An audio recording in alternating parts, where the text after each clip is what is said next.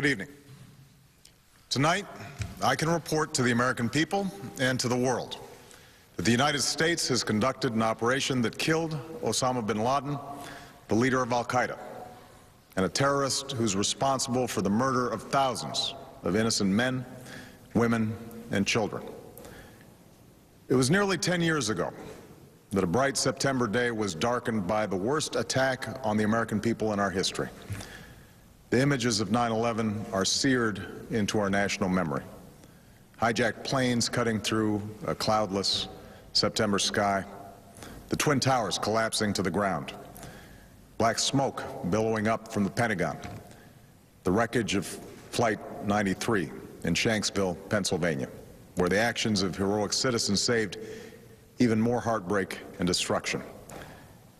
And yet we know that the worst images are those that were unseen to the world.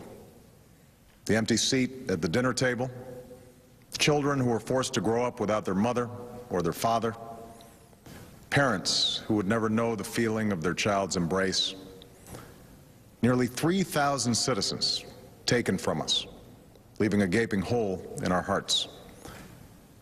On September 11th, 2001, in our time of grief, the American people came together.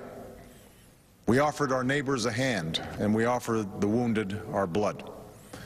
We reaffirmed our ties to each other and our love of community and country.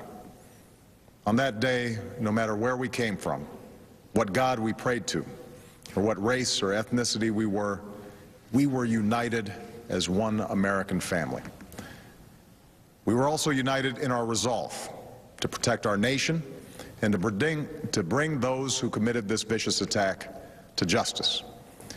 We quickly learned that the 9/11 attacks were carried out by al-Qaeda, an organization headed by Osama bin Laden, which had openly declared war on the United States and was committed to killing innocents in our country and around the globe. And so we went to war against al-Qaeda to protect our citizens, our friends, and our allies.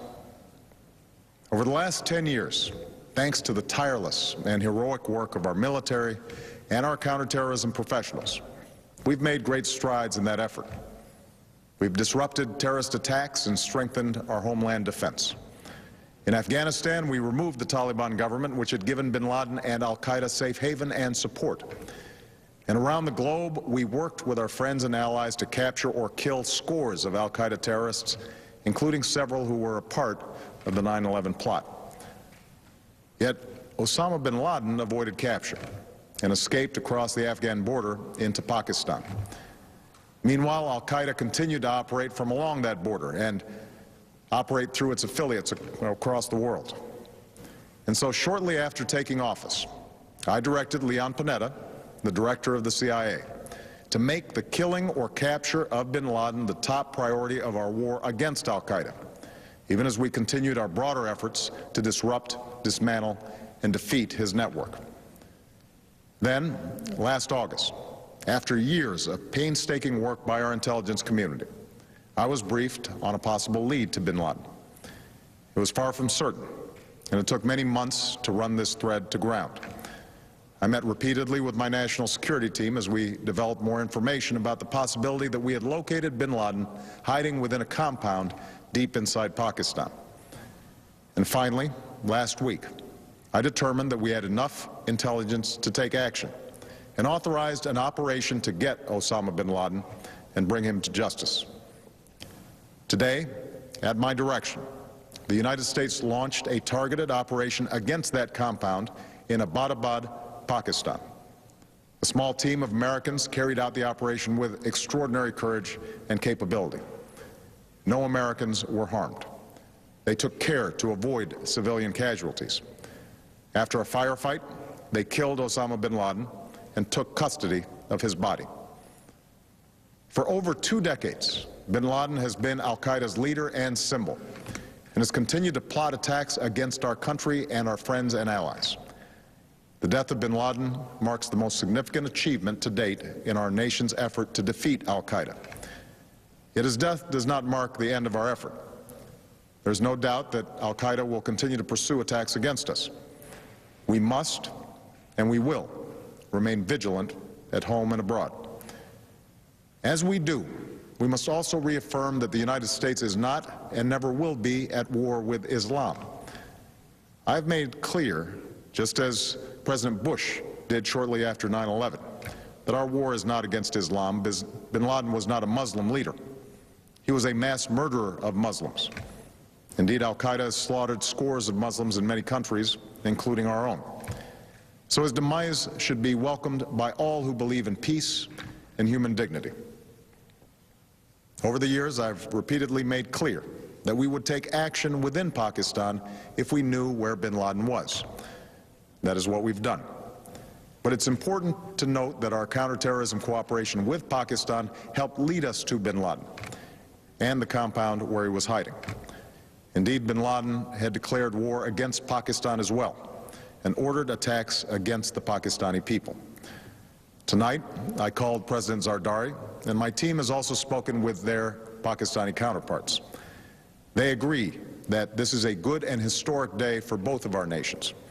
And going forward, it is essential that Pakistan continue to join us in the fight against al-Qaeda and its affiliates. The American people did not choose this fight. It came to our shores and started with the senseless slaughter of our citizens. After nearly 10 years of service, struggle, and sacrifice, we know well the costs of war.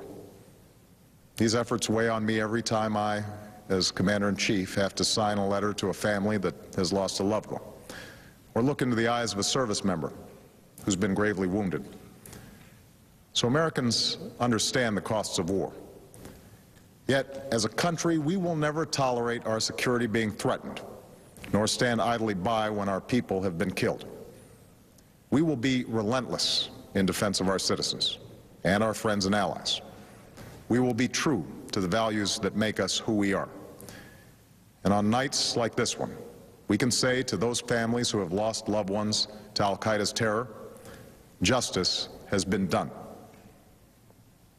Tonight, we give thanks to the countless intelligence and counterterrorism professionals who've worked tirelessly to achieve this outcome. The American people do not see their work nor know their names, but tonight they feel the satisfaction of their work and the result of their pursuit of justice. We give thanks for the men who carried out this operation, for they exemplify the professionalism, patriotism, and unparalleled courage of those who serve our country. And they are part of a generation that has borne the heaviest share of the burden since that September day. Finally, let me say to the families who lost loved ones on 9/11 that we have never forgotten your loss, nor wavered in our commitment to see that we do whatever it takes to prevent another attack on our shores. And tonight, let us think back to the sense of unity that prevailed on 9/11. I know that it has at times frayed, yet today's achievement is a testament to the greatness of our country and the determination of the American people. The cause of securing our country is not complete, but tonight we are once again reminded that America can do whatever we set our mind to. That is the story of our history. Whether it's the pursuit of prosperity for our people, or the struggle for equality for all our citizens, our commitment to stand up for our values abroad, and our sacrifices to make the world a safer place. Let us remember that we can do these things not just because of wealth or power, but because of who we are. One nation, under God, indivisible, with liberty and justice for all. Thank you. May God bless you. And may God bless the United States of America.